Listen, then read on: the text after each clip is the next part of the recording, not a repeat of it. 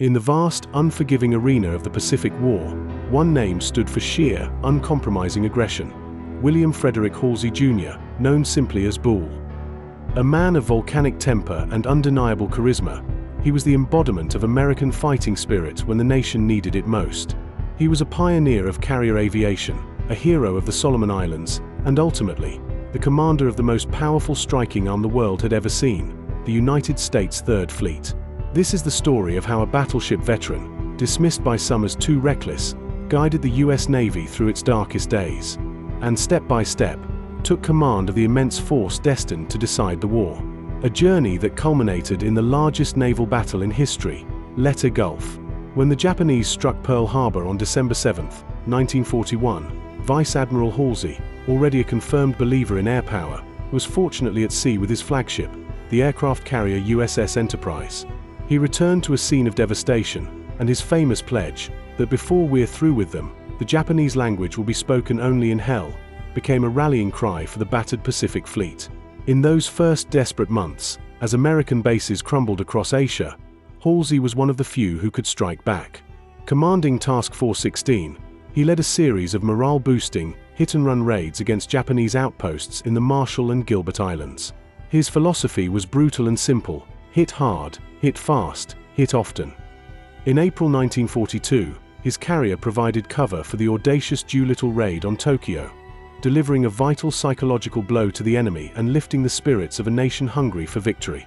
Halsey's aggressive style, once a matter of debate among admirals, was now exactly what the crisis demanded. But the stress of non-stop action took its toll. Just before the crucial Battle of Midway, Halsey was medically sidelined, suffering from severe psoriasis and exhaustion. He missed the defining victory that turned the tide of the war. When he returned to duty in October 1942, the war had entered its most critical, grinding phase, the struggle for Guadalcanal in the Solomon Islands. With American forces on the brink of disaster, during this critical juncture, naval support was tenuous due to Vice Admiral Robert L. Gormley's reticence, malaise, and lackluster performance. Pacific Fleet Commander Chester Nimitz had concluded that Gormley had become dispirited and exhausted. Nimitz made his decision to change the South Pacific Area commander while Halsey was en route. As Halsey's aircraft came to rest in Naumea, a whaleboat came alongside carrying Gormley's flag lieutenant. Meeting him before he could board the flagship, the lieutenant handed over a sealed envelope containing a message from Nimitz: "You will take command of the South Pacific Area and South Pacific forces." This was a command change born of desperation. Halsey brought instant, aggressive energy. His arrival was said to boost the morale of every sailor and marine in the theater. He committed his scarce resources, fighting a series of brutal, close-quarters naval engagements: the Battle of the Santa Cruz Islands, the naval Battle of Guadalcanal, that bled the Japanese dry of pilots and ships. His can-do attitude was infectious. In recognition of his command through this critical period, Halsey was promoted to 4-star admiral in late 1942. He had stabilized the front, secured Guadalcanal, and charted the bloody path up the Solomon chain. The next phase of the war, however, would require a much larger stage. By 1943, as Allied industry churned out an ever-increasing number of warships, the war effort shifted from the defensive battles of the South Pacific to the grand, relentless offensive across the Central Pacific. Halsey's command transitioned with it. And here lies the key to how he became the commander of the Third Fleet. The US Navy developed a revolutionary command structure designed to confuse the enemy and maintain an unprecedented operational tempo. The massive, integrated force of fast carriers, battleships, and cruisers, the ultimate weapon of the Pacific, was commanded by 2 different admirals on a rotation basis. When Admiral Raymond Spruance was in charge, the fleet was designated the Fifth Fleet, and its striking arm was Task Force 58. When Admiral William Halsey Jr. took command, the very same ships and men were renamed the Third Fleet, and the striking arm became Task Force 38. In May 1944, Halsey was officially promoted to commanding officer of the newly formed Third Fleet. This allowed one admiral and his staff to be ashore, planning the next operation, while the other was at sea executing the current one. It was a strategy of relentless pressure, ensuring the Japanese never faced an exhausted fleet. For the enemy, it was always the big blue fleet coming at them. But they could never be certain which methodical genius or aggressive brawler was at the helm. Task Force 38, Halsey's weapon, was a sight to behold. A collection of over 100 ships, spearheaded by a dozen or more aircraft carriers, capable of projecting overwhelming air power hundreds of miles inland. It was a self-sustaining juggernaut, operating far out to sea, striking at will, and then establishing forward bases like Leyte Atoll to refit and resupply. From September 1944 onward, Halsey led the Third Fleet in a devastating series of operations, pounding the Palaus, softening the defenses of the Philippines, and executing vast, deep strikes against Japanese positions off Formosa, China, and Vietnam. The Third Fleet was no longer just protecting islands. It was dismantling the entire Japanese defense perimeter. This campaign culminated in the invasion of the Philippines at Leyte. By October 1944, the massive Allied landing force required powerful naval protection. Halsey and the Third Fleet were positioned north and east of Leyte, ready to face the inevitable Japanese counterattack. The stage was set for the largest naval confrontation in history. The Battle of Leyte Gulf was a colossal, four-pronged Japanese gambit. Admiral Takeo Kurita's powerful center force was tasked with smashing the landing beaches, while a nearly aircraft-less carrier group, led by Admiral Jisaburo Ozawa, sailed from the north, acting as a deliberate decoy. This decoy was aimed squarely at Bull Halsey. On the morning of October 24th, Halsey spotted Ozawa's carrier fleet. For a man obsessed with destroying the Emperor's carriers, this was the moment he had trained for his entire life. He took the bait. Halsey turned the entire might of the Third Fleet north, leaving the crucial San Bernardino Strait, the doorway for Kurita's center force, unguarded. He was focused on fulfilling his aggressive doctrine of total destruction. The enemy carriers were his priority. He destroyed all four of Ozawa's carriers in the battle off Cape Engano. It was a massive victory, but in rushing north, Halsey nearly created a catastrophic disaster. Kurita's center force slipped through the unguarded strait and descended upon a tiny group of U.S. escort carriers, the lightly armed Taffy 3, leading to a desperate, heroic defensive fight. While the Leyte landings were ultimately successful, Halsey faced immediate and lasting criticism for his single-minded pursuit of the decoy, a decision naval historian Samuel Eliot Morison famously termed Halsey's blunder. Yet, despite the controversy, the outcome was undeniable. The Third Fleet, under William Halsey, had secured the vital Leyte operation and, in the process, annihilated the last operational aircraft carrier forces of the Imperial Japanese Navy. Halsey, the aggressive pioneer of air power and the commander of the mighty Third Fleet, had achieved his mission, crippling the enemy's fleet and guaranteeing victory in the Pacific. October 1944, the greatest naval battle in history is about to begin.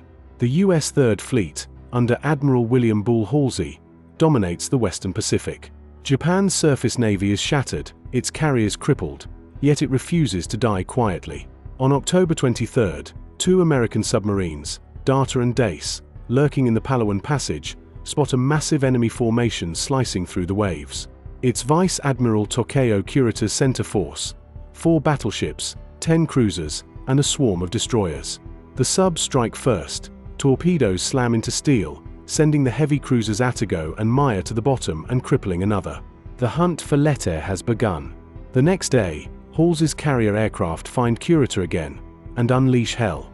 Wave after wave of Avengers and Helldivers descend through the clouds, hammering the giant battleship Musashi until she finally rolls over and sinks beneath the Sibuyan Sea. Kurita appears beaten. His ships turn west, back toward the open ocean. To Halsey, it looks like victory. But somewhere beyond the horizon, Kurita is regrouping, turning his fleet back towards San Bernardino Strait. On the other hand, trying to draw Third Fleet's attention to a decoy force. Vice Admiral Jisaburo Ozawa headed southward towards Leyte. Ozawa's tempting decoy of a large carrier group actually had only 108 aircraft.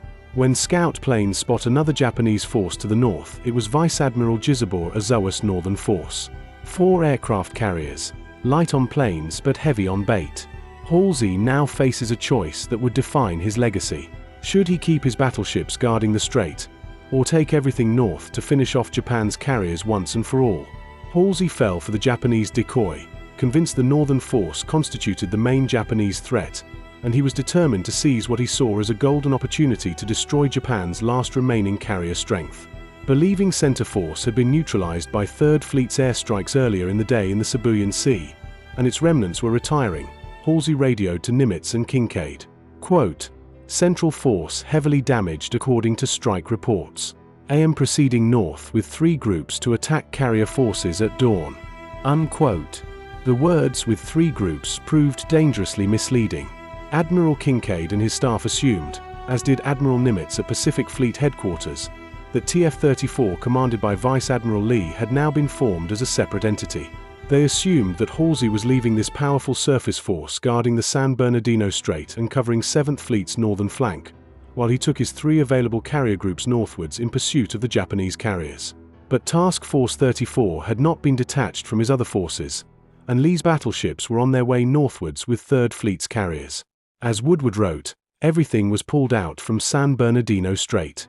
Not so much as a picket destroyer was left. No battleships remained to guard the San Bernardino Strait. No carriers stay to protect the invasion beaches at Leyte. The strait, the door to the American landings, is left wide open.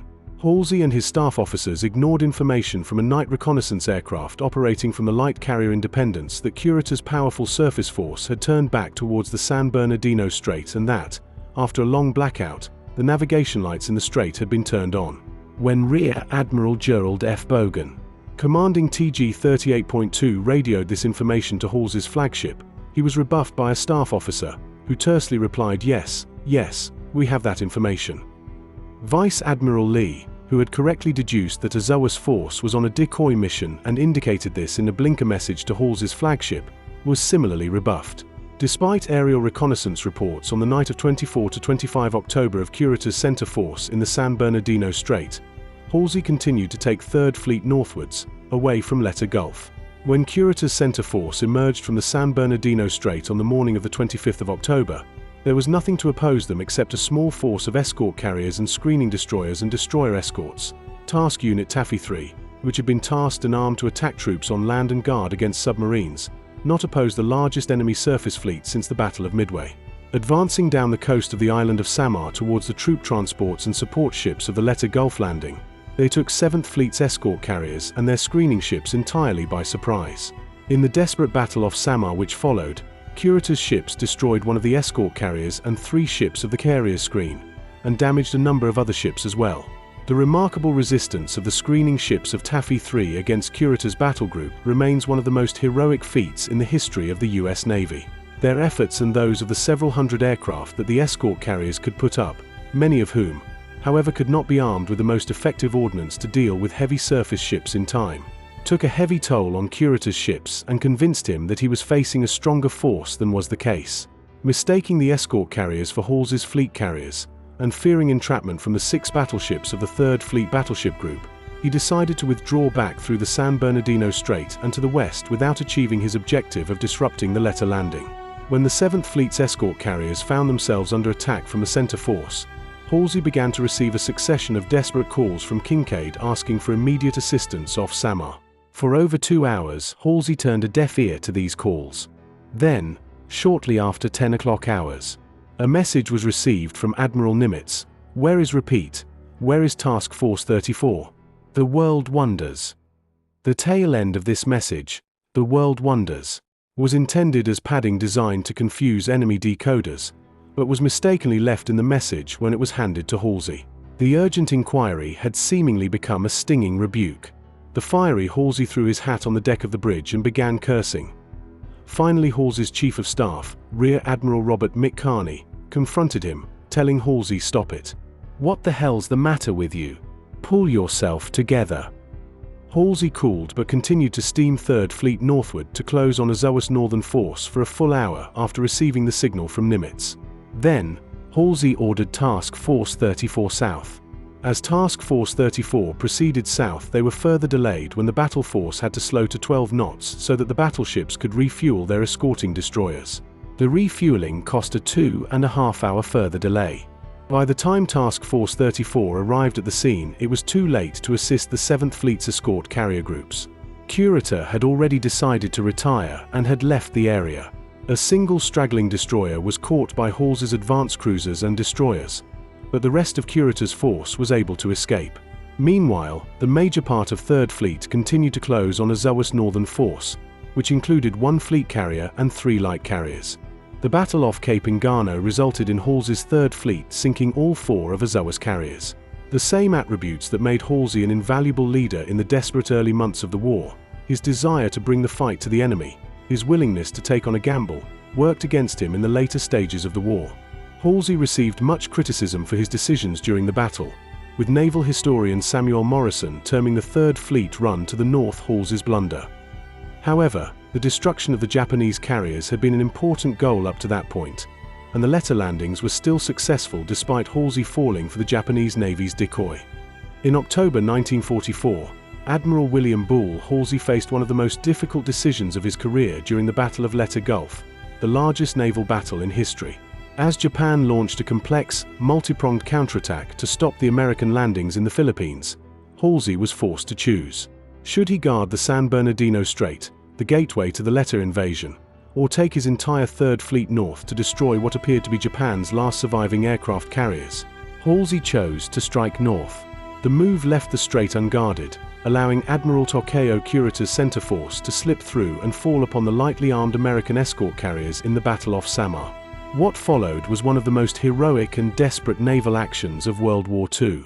Although Halsey's fleet ultimately destroyed Admiral Azores' decoy carrier force, the decision remains one of the most debated moments in naval history, one that defined the rest of Halsey's wartime command and set the stage for his fateful encounters with 2 deadly typhoons in 1944 and 1945.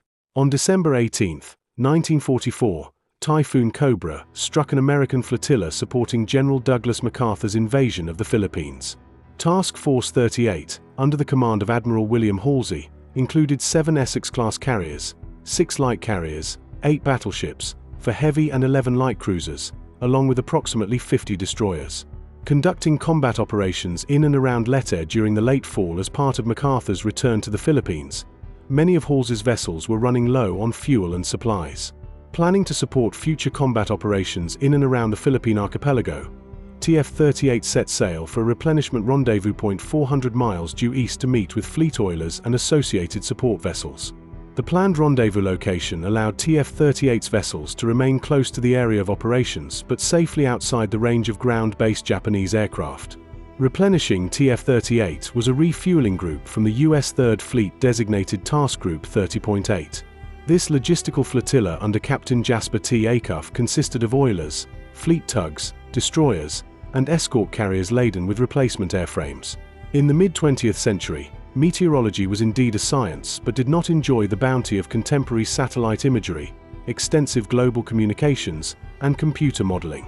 Most meteorological data at this time came from weather observation aircraft, surface reports, and ship transmissions.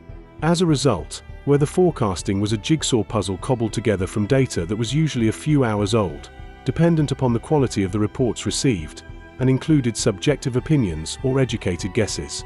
While naval task forces carried their own aerologists, meteorologists, fleets at sea also depended upon forecasting support from Fleet Weather Central located in Hawaii.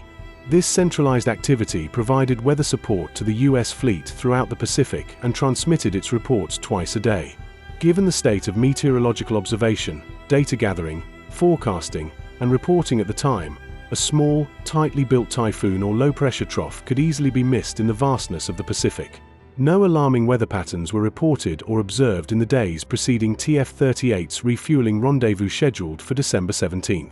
The aerologist aboard Halsey's flagship USS New Jersey, BB-62, forecasted a disturbance some 450 miles east moving north-northwest but did not identify any real weather threat. While the initial rendezvous took place in the eastern part of the Philippine Sea, marine conditions complicated the replenishment effort. One sailor aboard USS Astoria, CL-90, observed, "We had a hell of a time getting the lines over, the waves were so high." As the day progressed, the situation worsened with the destroyer USS Maddox, DD-731, having a fuel line break and almost colliding with the oiler USS Manatee, AO-58. Fuel lines parted with other vessel pairings as underway replenishment becoming an exercise in frustration. In addition to the resupply of fuel, part of the rendezvous included the transfer of new combat aircraft from the escort carrier USS Kwajalein, CVE-98, to the TF-38 carriers. However, this process too was affected by the weather, causing the cancellation of all air operations. Eventually, deck crews on the resident carriers switched from launch and recovery operations to lashing and securing aircraft to the ship's decks.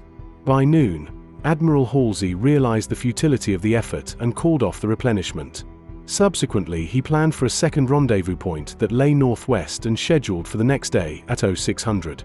Thinking a second rendezvous point might provide clearer weather, the Admiral ordered a course change. However, unbeknownst to Halsey and his meteorologists, the violent storm raged only 120 miles to the east of the fleet's position. The typhoon's actual location was in stark contrast to a prediction made by Halsey's own aerologist, who claimed that a potential storm lay 450 miles further away. Not willing to sail further from planned operations in Mindoro and Leyte Gulf, Halsey unwittingly kept the fleet in the path of the small unobserved storm. At TF 30.8, Acuff determined that a storm was heading toward the second rendezvous point, while Fleet Weather Central plotted the depression heading due north. With the information provided by Acuff, Halsey, at 15:33 on December 17th, designated a third rendezvous point and scheduled it for the next morning. Having his fleet take a heading of 270 degrees, the flotilla soon began to outpace the approaching storm by 3 to 6 knots. Sea conditions improved temporarily as they moved away from the storm but remained a challenge.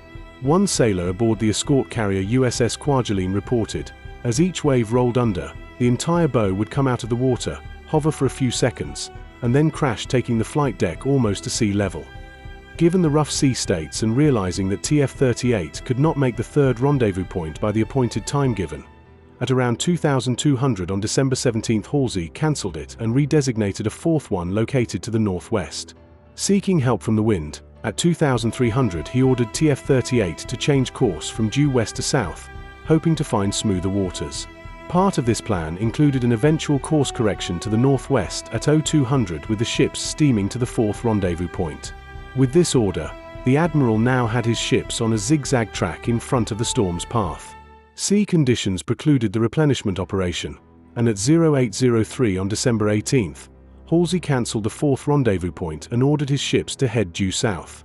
During this time, ships of TF-38 began to spread out, with each of them experiencing different barometric pressure readings and varying weather conditions. That morning the winds grew to between 37 and 43 knots as the barometer fell, but the actual presence of a typhoon remained speculative. However, by 1000, Halsey's aerologist began to see the pressure fall very, very rapidly, along with a shift in the winds indicating that a typhoon was in the area.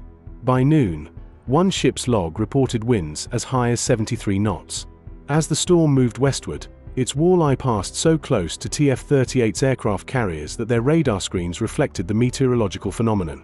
Given the emerging situation, the Admiral directed his vessels to take their most comfortable courses with wind on the port quarter. However, by this time many skippers were already adjusting speed and course to ensure their vessel's safety. With pressure dropping to a low of 27.07, the storm reached its peak strength. At 13:45, Halsey issued a typhoon warning and alerted Fleet Weather Central, giving the first official mention of the typhoon.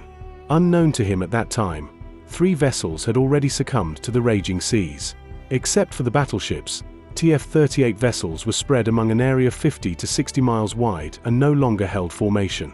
Skippers caught in the storm's path fought rolling seas, with the separation of sea and sky reportedly disappearing.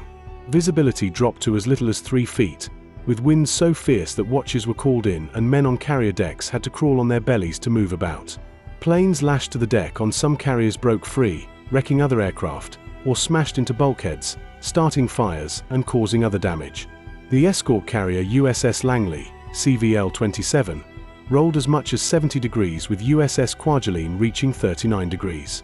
Other carriers took on water, resulting in associated damage, creating other hazards. In all, 146 TF-38 planes were damaged, blown overboard, or jettisoned from their decks. Compared to some of the smaller destroyers, the carriers had it easy. Since many of the destroyers had empty fuel tanks, their ballast was light, complicating handling. Although the fuel tanks could be flooded with sea water to add weight, many skippers delayed that action, hoping for refueling at the various rendezvous points. USS Spence, DD-512, was one such vessel. With her fuel state down to 15%, she began water ballasting, but the action was too late. Waves crashed over her decks, Water entered her ventilation shafts and found its way into electrical circuit boards. At 11:10, the ship rolled hard to port and eventually succumbed to the storm's wrath. As the storm's first victim, only 23 of her crew of 317 survived. Near the same time, USS Hull, DD-350, had her fuel tanks at 70%, but with over 500 tons of additional weight topside, she had a high center of gravity. Experiencing winds of 100 knots, she rolled 50 degrees and then 70. Surviving these initial gusts, she was hit with another measuring 110 knots that rolled her so far abeam that water entered her funnel and pilot house, causing her to capsize. Fortunately for Hull's crew, USS Tabora, DD-418, also damaged from the storm, found survivors and began a rescue mission after the storm cleared. Despite the efforts of Tabora, only 62 of the Hull's 202 crew members survived. Other destroyers such as USS Dewey, DD-349, experienced much of the same. While also top-heavy, the crew jettisoned the topside weight, reballasted with seawater, and, fortunately, lost her funnel, decreasing her sail area. Luckily, she remained afloat. USS Aylwin, DD-355, also rolled some 70 degrees, staying there for 20 minutes while experiencing severe flooding. However, through skillful ship handling and actions taken by select members of the crew, she too remained afloat. USS Monaghan, DD-354, with fuel tanks at 76%, attempted further ballasting, but stuck valves prevented the adding of additional weight.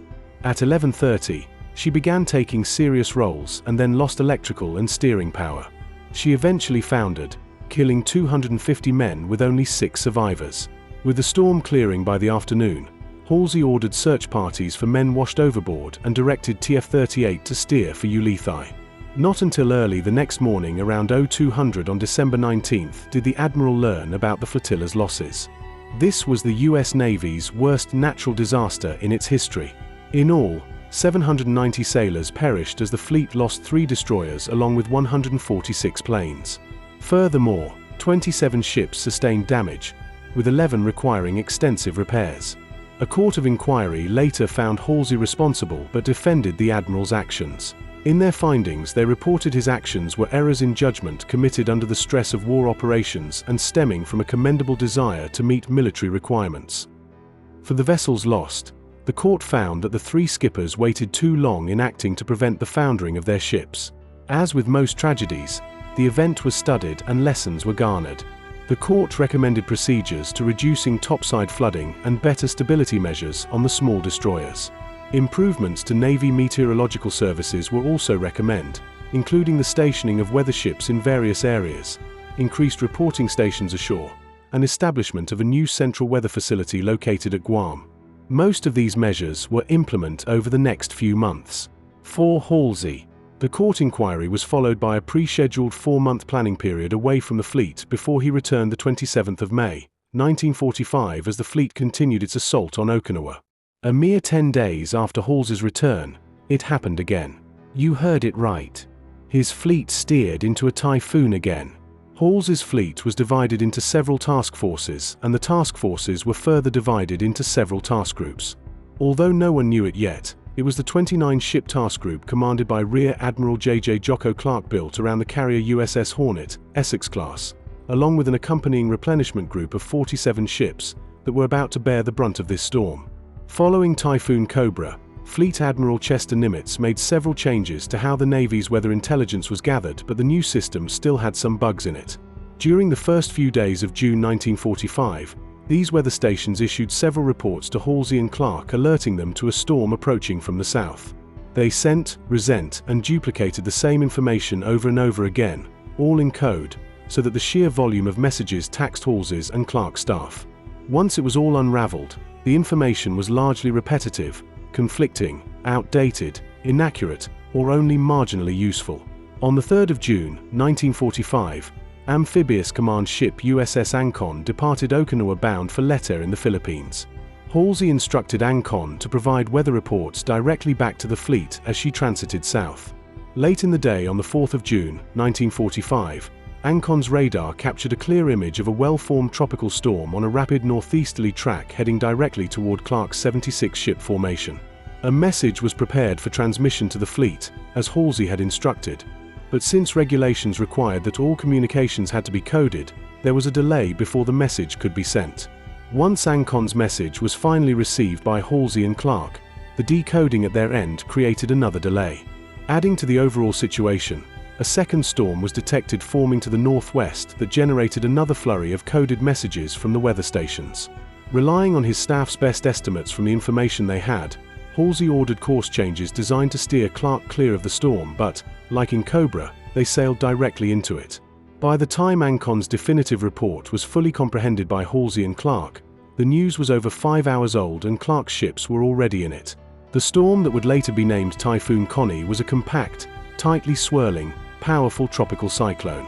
Throughout the night of the 4th of June, 1945, Clark's ships recorded increasing winds, plummeting barometers, and deteriorating seas. Just before daybreak on the 5th of June, 1945, Hornet was recording steady winds at 100 knots with gusts up to 120 knots. The seas were described as having steady mountainous pyramidal parallel waves exceeding 60 feet from crest to trough. The escort carrier USS Attu reported riding over the granddaddy of all waves. Both USS Hornet and USS Bennington had the leading 24 feet of their flight decks collapse over their bows in the rough seas.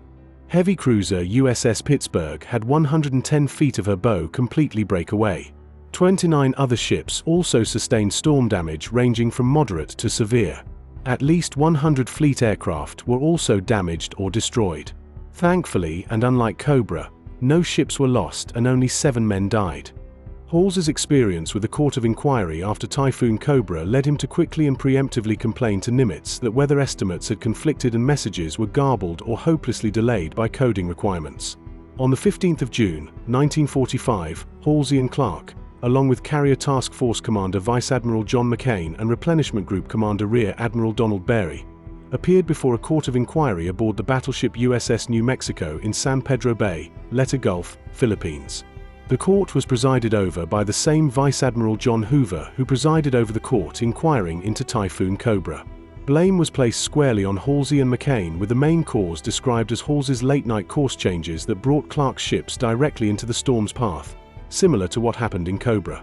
Secretary of the Navy James Forrestal was willing to retire Halsey, but he and Fleet Admiral Ernest King decided it was in the Navy's larger best interests to leave Halsey in command. McCain, on the other hand, was to be replaced by Vice Admiral John Towers, but the actual transfer of that command did not take place until a few days after the Japanese surrendered. McCain's actual role in the Typhoon was minimal, but King harbored ill feelings toward him, as did Nimitz, and removing McCain may have been a way of punishing Halsey without publicly humiliating the national hero. As with Cobra, changes were made after Connie. Most notably, Nimitz weather reporting stations had their communication system streamlined, and urgent weather reports would be issued directly to the fleet in plain English. Why would such an experienced admiral like Bull Halsey make such a blunder twice? In the months following the Battle of Leyte Gulf, Admiral William Bull Halsey carried both the pride of victory and the weight of controversy. His decision to pursue Japan's decoy carriers had left the San Bernardino Strait unguarded and nearly cost the American invasion force its foothold at Leyte. Many within the Navy whispered that Halsey's judgment had failed him, that his hunger for a decisive blow had blinded him to caution. Perhaps that shadow haunted him in the weeks that followed. When the Pacific skies began to darken with storms, Halsey faced a different kind of enemy, one he couldn't see on a radar screen or strike with carrier planes. Yet his instincts remained the same: hold formation, complete the mission, and never yield to what he saw as hesitation.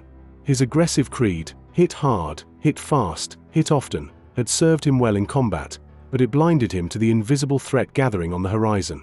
Limited weather forecasting, poor storm intelligence, and the logistical strain of refueling operations made the situation worse. But at the heart of it lay Halsey's own command temperament, bold to the point of stubbornness, unwilling to bend to nature's will. And so, on 2 separate occasions, the US Third Fleet would steam straight into the path of destruction. Not because of enemy fire, but because of the same relentless drive that had made Halsey both feared and flawed. Together, Typhoon Cobra and Typhoon Connie would go down in history as Halsey's typhoons, and would be among the first things his detractors were quick to bring up. There were also lessons learned, and many of the modern weather forecasting principles we know today have their direct roots in these 2 storms.